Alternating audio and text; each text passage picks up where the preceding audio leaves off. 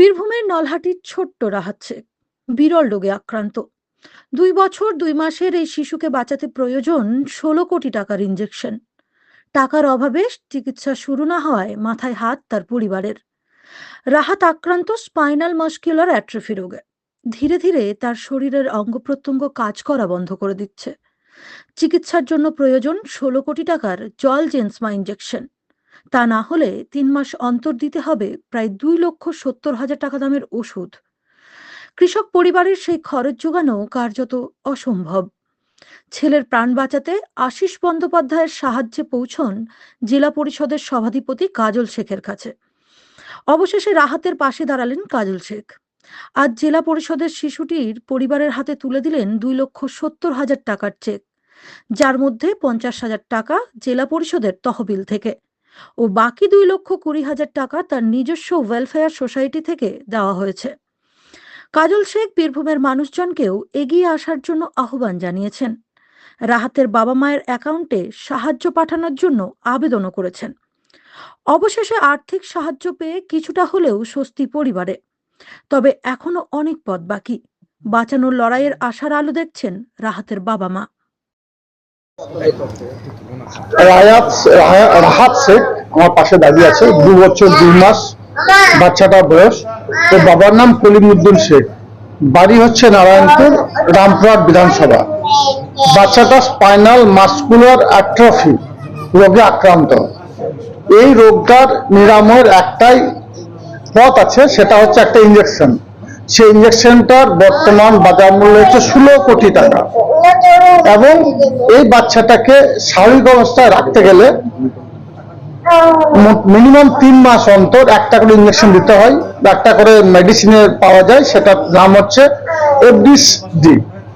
সেটার মূল্য হচ্ছে 2,70,000 টাকা। তো বাচ্চাটা আমাদের রামপুরহাটের ডেপুটি স্পিকার আছে আমাদের রাজ্যের আশিস বন্দ্যোপাধ্যায় আমাকে চিঠি লেখে জেলা সভাধিপতি হিসাবে, যে বাচ্চাটা পাশে দাঁড়ানো হোক, পরিবারটা পাশে দাঁড়ানো হোক। অভাবগ্রস্ত পরিবার, দুর্দশাগ্রস্ত পরিবার এত টাকা কালেকশন করে বা এত টাকা দিয়ে ছেলেটাকে সুস্থ করার পরিবারটার পক্ষে সম্ভব নয়। তাই বীরভূম জেলা পরিষদের পক্ষ থেকে ওই পরিবারটা হাতে আমরা 50,000 টাকার একটা চেক তুলে দিচ্ছি। এবং ওই 2,70,000 টাকা যে মেডিসিন, সেই মেডিসিনটা কেনার জন্য শুধু 50টা দিলে হবে না, আরো 2,20,000 টাকা প্রয়োজন। সেটা শহীদ সার্জি মেমোরিয়াল ওয়েলফেয়ার সোসাইটির পক্ষ থেকে আরো 2,20,000 টাকা ও পরিবারটা তুলে দিচ্ছি। অর্থাৎ 2,70,000 টাকা যে মেডিসিনটা ক্রয় করলে সেটা আপাতত 3 মাসের জন্য স্বাভাবিক থাকবে। এবং পরবর্তী ক্ষেত্রে আপনাদের মাধ্যমে বীরভূমবাসীর কাছে আমি আবেদন রাখবো, 16 কোটি টাকা ব্যয়ে যে মেডিসিনটা বা যে ইঞ্জেকশনটা ক্রয় করলে এই বাচ্চাটা স্বাভাবিক অবস্থায় ফিরে আসবে, সারা বীরভূমবাসীর কাছে আমি করজোড়ে আবেদন করছি আপনাদের মাধ্যমে, যে যেভাবে পারবেন, খেটে খাওয়া খেত মজুর সে 100-200 টাকা, একজন ব্যবসাদার যদি আপনার সামর্থ্য হয় 20,000 টাকা, 2,00,000 টাকা, যে যেমন পারবেন সেই সময় সহায়তা করুন। এই বাচ্চাটার বাবার এই অ্যাকাউন্ট নাম্বারটা আপনাদের মাধ্যমে দিয়ে দেবো। এই অ্যাকাউন্ট নাম্বারে, এটা বাবার অ্যাকাউন্ট নাম্বার, বাবার নাম কলিমুদ্দিন শেখ, ওনার অ্যাকাউন্টে টাকাটা আমরা দেবেন। এবং আমরা সকলে যদি সংঘবদ্ধ হয়ে একত্রিত হবে এই পরিবারটার পাশে দাঁড়াই এবং পরিবারটা সহায়তা করি, তাহলে আমার মনে হয় এই পরিবারটা 16 কোটি টাকা তাদের ইঞ্জেকশনটা কিনে বাচ্চাটাকে স্বাভাবিক অবস্থায় ফিরে নিয়ে আসতে সক্ষম হবে। আপনারা জানেন আমাদের যুবরাজ অভিষেক বন্দ্যোপাধ্যায় জেলা সভাধিপতির কাছে এসেছিলাম।